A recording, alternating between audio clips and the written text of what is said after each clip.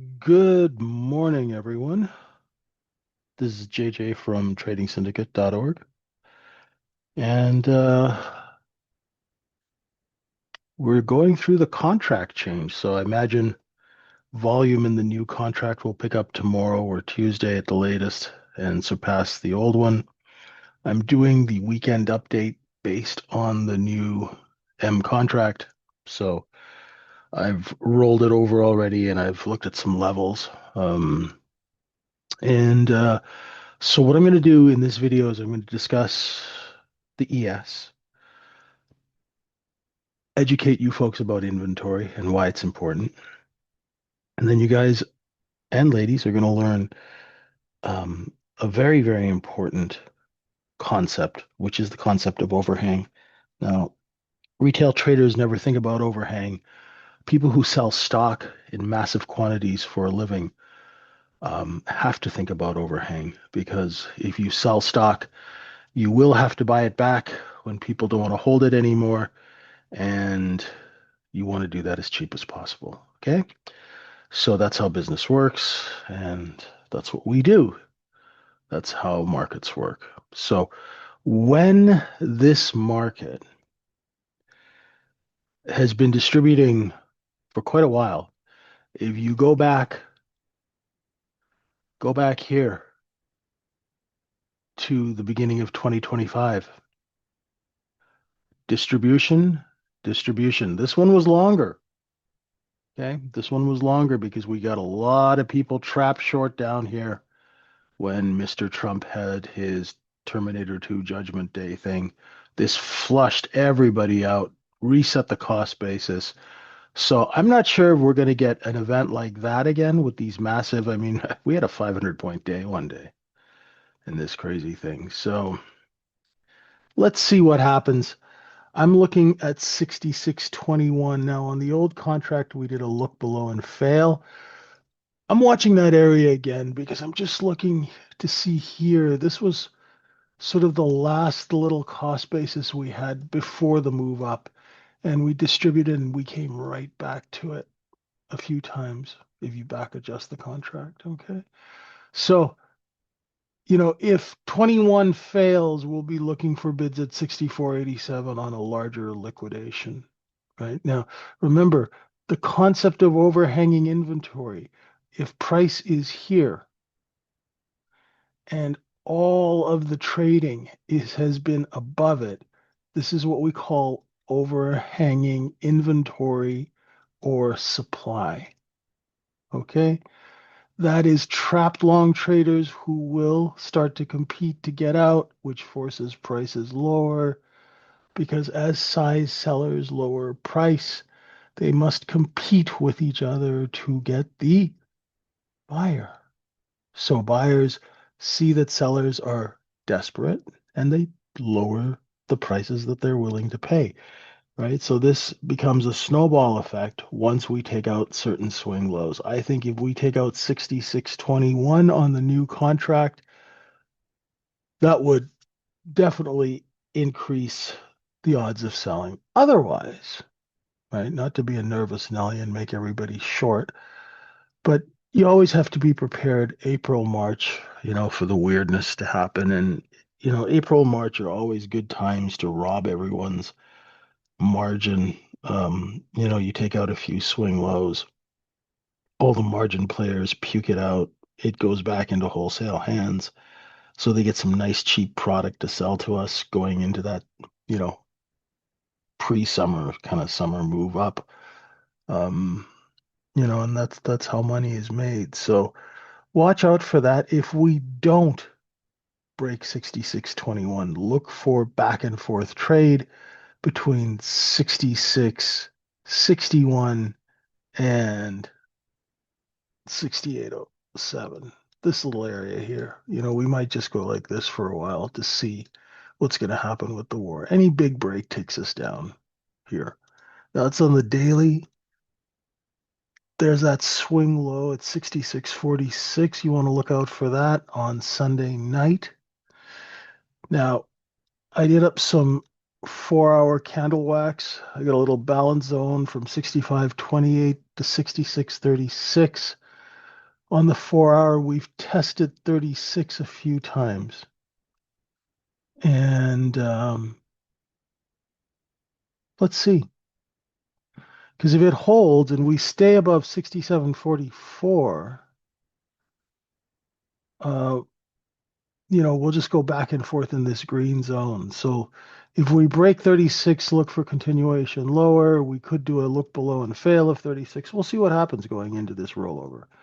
And those who are wondering, I've got my VWAP here just anchored to that low, just out of curiosity, just to see you know, how accurate it is. Now, I'm going to show you folks how to do up a cost basis for overnight trading. There's the cost basis, right? It's 97 to 67.11 in that area. I'm seeing back and forth trade. I see volume when you go and draw a volume profile because when the markets liquidate, doom, doom, doom, doom, doom, you see all the volume there? That's a cost basis, right? So that's a cost basis, and now we're below cost basis. So what you want to do is once you get that cost basis drawn, and what is a cost basis? It's where two-sided trade happens because overhead supply is falling out. Market makers are waiting and they're just trading it back and forth. So the trade that's great for you guys is the look below and fail of 97. Look below and fail, look below and fail, look below and fail, look below and fail, look below and fail. Right now, the more times you do it, the more inventory you're going to build up here, and eventually it won't work, right? Because that's overhanging supply. Once you've jammed enough people in here who are looking for this, after a while they get disappointed and they start to leave the movie theater. Okay.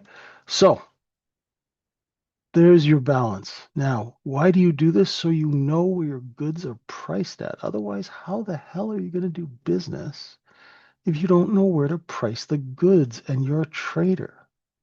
Doesn't make any sense, does it? So 2 times profit will be 67.39.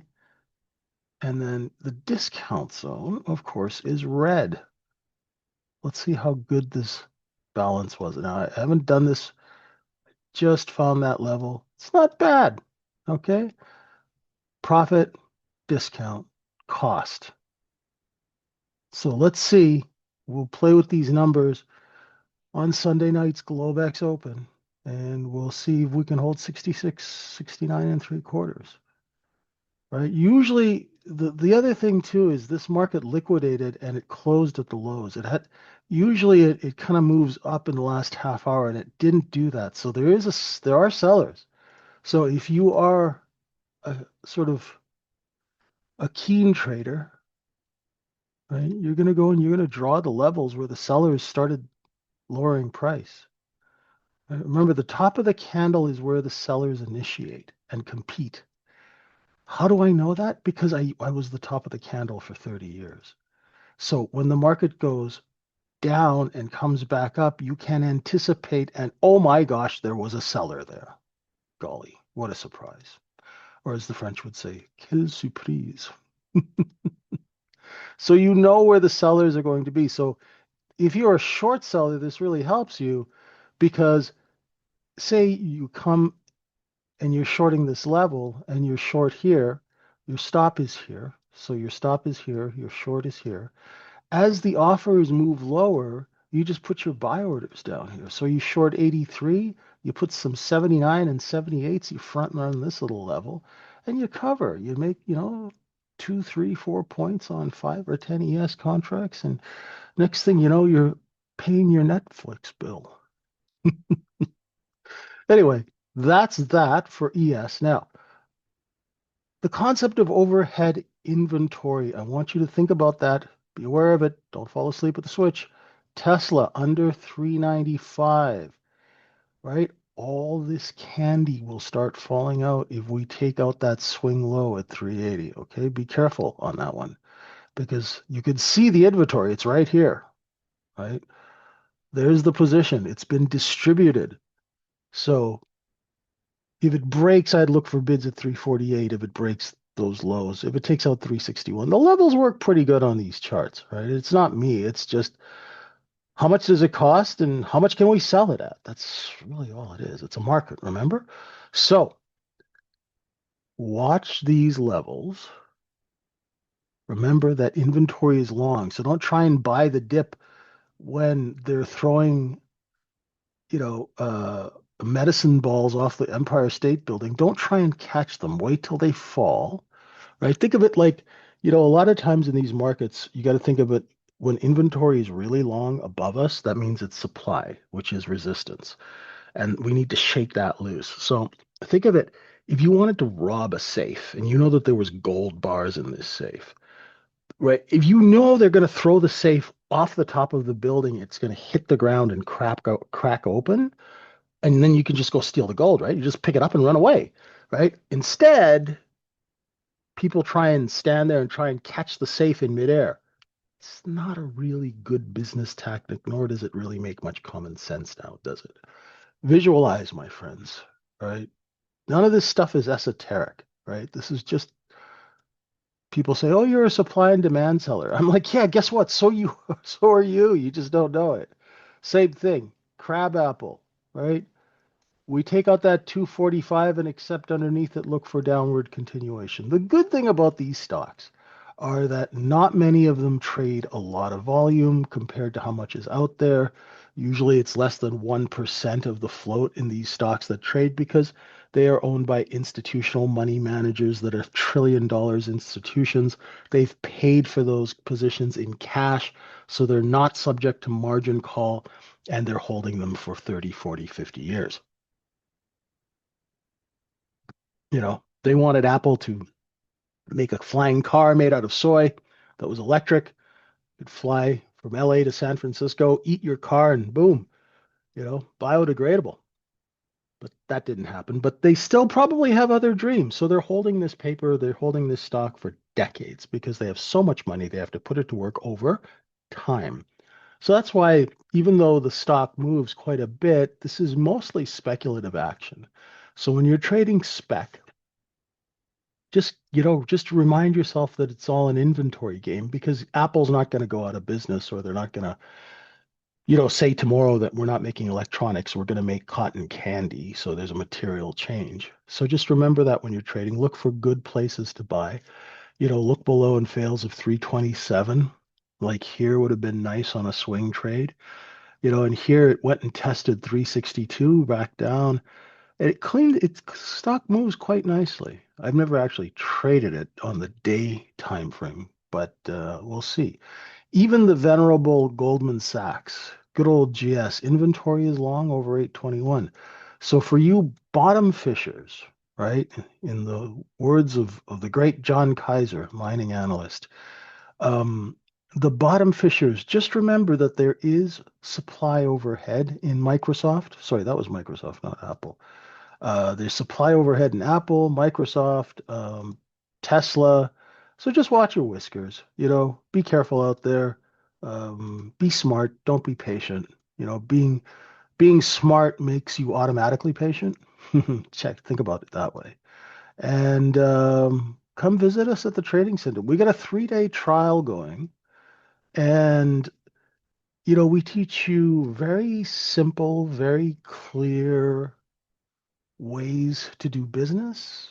We really like to help you trade where it makes sense, you know? So if you're in a trading room and you ask somebody, what's the business reason for taking this trade, and they can't explain it to you, they don't know what they're talking about. Quite simple, right? There is a business reason for every business transaction. You don't randomly put money to work. That's not how business works. Okay.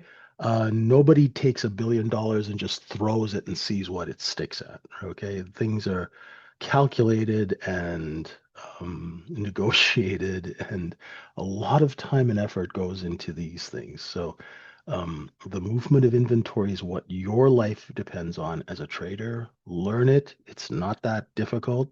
And then you can spend all your time executing, which is the constant dance that we will do in our entire trading career. So what we do at the trading syndicate is to teach you how to execute.